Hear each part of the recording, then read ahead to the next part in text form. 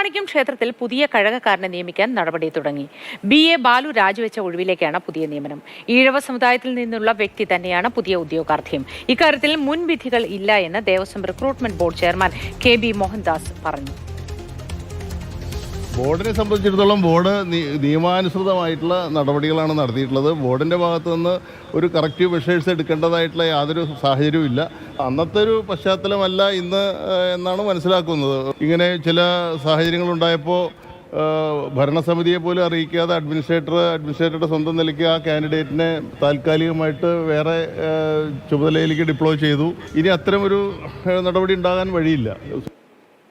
MS Lishoy കൂടുതൽ വിവരങ്ങളുമായി ചേരുന്നു. ലിഷോയ്, വീണ്ടും അതേ ഒരു സമുദായത്തിൽ നിന്ന് തന്നെ ഒരാളെയാണ് നിയമിക്കാൻ തീരുമാനമായിരിക്കുന്നത്. ഇക്കാര്യത്തിൽ വീണ്ടും പ്രതിഷേധം ഉണ്ടാവുമോ അങ്ങനെയാണെങ്കിൽ? തീർച്ചയായും ഇതൊരു സമുദായത്തിൻ്റെ പ്രശ്നമായല്ല ഇതിൽ പ്രതിഷേധം ഉന്നയിക്കുന്നവർ ചൂണ്ടിക്കാണിക്കുന്നത്. പ്രധാനമായും ഇത് കാരായ്മക്കാരനായി വർഷങ്ങളായി ഈ ജോലി ചെയ്തു വരുന്ന ഒരു കുടുംബമുണ്ട്, ആ ഒരു വ്യക്തിയുണ്ട്.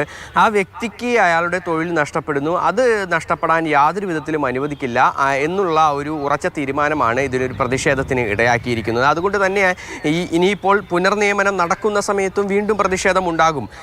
അത് അത്തരത്തിലുള്ള പ്രതിഷേധം ഇല്ലാതാക്കുന്നതിന് വേണ്ടി ദേവസ്വം ബോർഡ് ഇപ്പോൾ ചർച്ച ആരംഭിച്ചിട്ടുണ്ട്. പല വിധത്തിലുള്ള ഫോർമുലകൾ മുന്നോട്ട് വെച്ച് ഇത്തരത്തിൽ ഈ പ്രശ്നം രമ്യമായി പരിഹരിക്കുന്നതിന് വേണ്ടിയുള്ള നടപടികളാണ് ഇപ്പോൾ സർക്കാരിൻ്റെ ഭാഗത്തു നിന്നും ദേവസ്വം ബോർഡിൻ്റെ ഭാഗത്തു നിന്നും ഉണ്ടായിരിക്കും. ദേവസ്വം റിക്രൂട്ട്മെൻറ്റ് ബോർഡ് ചെയർമാൻ തന്നെ പറയുന്നതനുസരിച്ച് ഇനിയിപ്പോൾ പുതിയ തീരുമാനം എടുക്കുമ്പോൾ എല്ലാം തന്നെ ആ ഭരണസമിതിയും അതിനോടൊപ്പം തന്നെ അതുമായി ബന്ധപ്പെട്ട തന്ത്രി സമാജത്തിൻ്റെ ആളുകളും എല്ലാവരും കൂടി ചേർന്നുകൊണ്ട് ആലോചിച്ചുകൊണ്ടായിരിക്കും പുതിയ തീരുമാനമെടുക്കുക. പക്ഷേ ദേവസ്വം റിക്രൂട്ട്മെൻറ്റ് ബോർഡ് സ്വാഭാവികമായൊരു നടപടിക്രമം എന്നോണം ആ നിയമന നടപടികളുമായി മുന്നോട്ട് പോകും.